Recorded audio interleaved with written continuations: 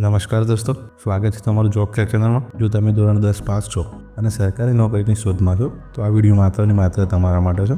ભારતીય post office દ્વારા GDSની ભરતી 2026 જાહેર થઈ ગઈ છે, જેમાં કોઈ પણ પરીક્ષા નથી હોતી. ડાયરેક્ટ મેરિટ લિસ્ટના આધારે એટલે કે ધોરણ 10ના માર્ક્સ પ્રમાણે તમને નોકરી મળવાપાત્ર છે. ચાલો વિડીયો સ્ટાર્ટ કરીએ. તો GDS ભરતી શું છે મિત્રો? GDS એટલે ગ્રામીણ ડાક સેવક.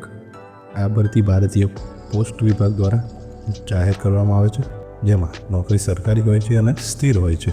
GDS પોસ્ટમાં કઈ પોસ્ટ આવે છે તે આપણે જોઈ લઈએ. તો મુખ્યત્વે 3 પોસ્ટ આમાં સામેલ થાય છે. તેમાં બ્રાન્ચ પોસ્ટ માસ્ટર એટલે કે BPM, assistant branch post master એટલે કે ABPM અને ડાક સેવક.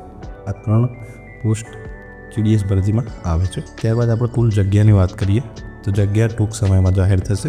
ઓફિશિયલ નોટિફિકેશનમાં જગ્યા તમારે 19 તારીખ 20 તારીખની અંદર જાહેર કરવામાં આવશે. ત્યારબાદ આપણે વાત કરીએ લાયકાત વિશે. તો આમાં શું ભણેલા તમે હોવા જોઈએ?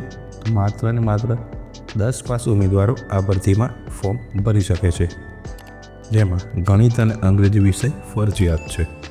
તેમજ બેઝિક કોમ્પ્યુટરનું જ્ઞાન હોવું જરૂરી છે અને સ્થાનિક ભાષા આવડતી હોવી જોઈએ. જો તમે ગુજરાત માટે એપ્લાય કરો છો તો તમને ગુજરાતી આવડતી હોવી જોઈએ. ત્યારબાદ આપણે વાત કરી લઈએ ઉંમર મર્યાદાની. તો ઉંમર મર્યાદા મિનિમમ 18 વર્ષ. ભરતી ચાલુ થાય તે સમયે તમારે 18 વર્ષ પૂરા થવા હોવા જોઈએ અને મિનિમમ એટલે કે મહત્તમ 40 વર્ષની વય મર્યાદા છે, જેમાં SC ST OBC માટે નિયમ મુજબ છૂટછાટ મળવાપાત્ર રહેશે. ત્યારબાદ આપણે વાત કરી લઈએ પગાર ધોરણની. પગાર ધોરણ આ પ્રમાણે છે. ABPM ડાક સેવક માટે 10,000થી લઈને 12,000 સુધી પગાર ધોરણ રહેશે અને BPM 12,000થી લઈને 14,500 સુધીનું પગાર ધોરણ રહેશે. સાથે તમને અન્ય જે સરકારી ભથ્થા છે તે પણ તમને મળવાપાત્ર રહેશે. ત્યારબાદ આવશે પસંદગી પ્રક્રિયા. પસંદગી પ્રક્રિયામાં આ પ્રમાણે છે, જેમાં કોઈ લેખિત એક્ઝામ નથી, કોઈ ઇન્ટરવ્યૂ નથી. માત્ર ને માત્ર ધોરણ 10ના માર્ક્સ એટલે કે 10માના મેરિટ પ્રમાણે તમારે સિલેક્શન મળવાપાત્ર છે. જેટલા 10મામાં માર્ક્સ વધુ હશે તેટલા તમારા ચાન્સીસ વધારે રહેશે. ત્યારબાદ આપણે વાત કરી લઈએ ઇમ્પોર્ટન્ટ તારીખ વિશે.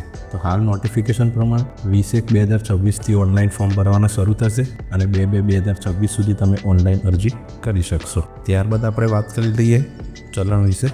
તો માત્ર ને માત્ર જનરલ માટે 100 રૂપિયા ચલણ છે. બાકી SC ST OBC અને વિકલાંગો માટે કોઈ પણ ચલણ નથી. આ હતી ચલણની માહિતી. ત્યારબાદ આપણે વાત કરી દઈએ જરૂરી ડોક્યુમેન્ટ.